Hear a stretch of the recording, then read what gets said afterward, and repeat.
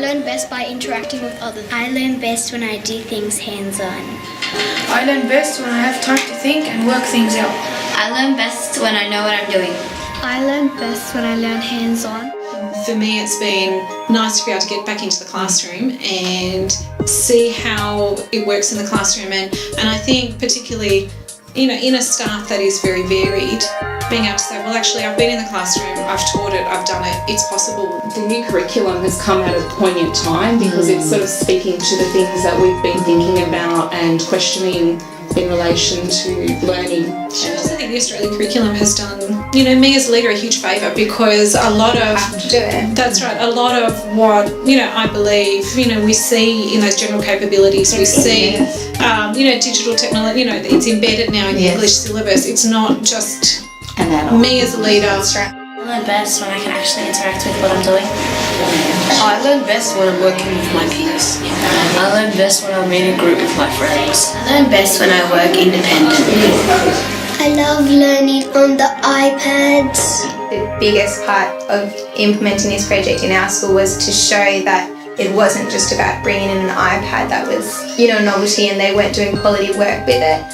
So I think it was really in building those, the pedagogies of project-based learning and collaboration between students, and showing that even though we're going to use this iPad, it is part of a very structured and very meaningful unit. It isn't just, not connected to anything or not working towards anything of quality. I like playing on my Excel because it has things that other things can't do. I love playing on my Excel, and it has technology games, and that helps me learn. Letting me go on different topics and giving me new ideas on what I can learn about. My teacher plays on the iPads with me. Technology helps me learn because it is very interactive, which means that I get to join in with making it work and I have to control it myself.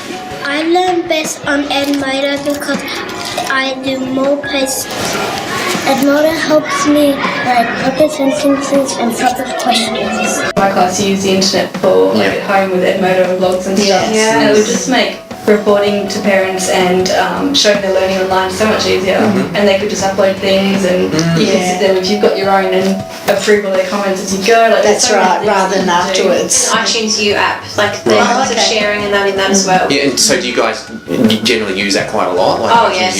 So lots of communication between school and home, but then also if they're working on something at the computer, they even just email it through to me. Philosophy, most principles philosophy, most teachers' philosophy is that if you're bringing about change, if you are trying to embed a pedagogy, there has to be research. We put Lane Clark so that you've got to have a research base to it, and you've got to have good pedagogy because technology's a thing. Lane Clark, and beautifully compiled with the modules, stating very clearly what the 21st century skills are, and bringing it back to it, looking at Hattie, it fits in. So it's all research based. This is not somebody's whim.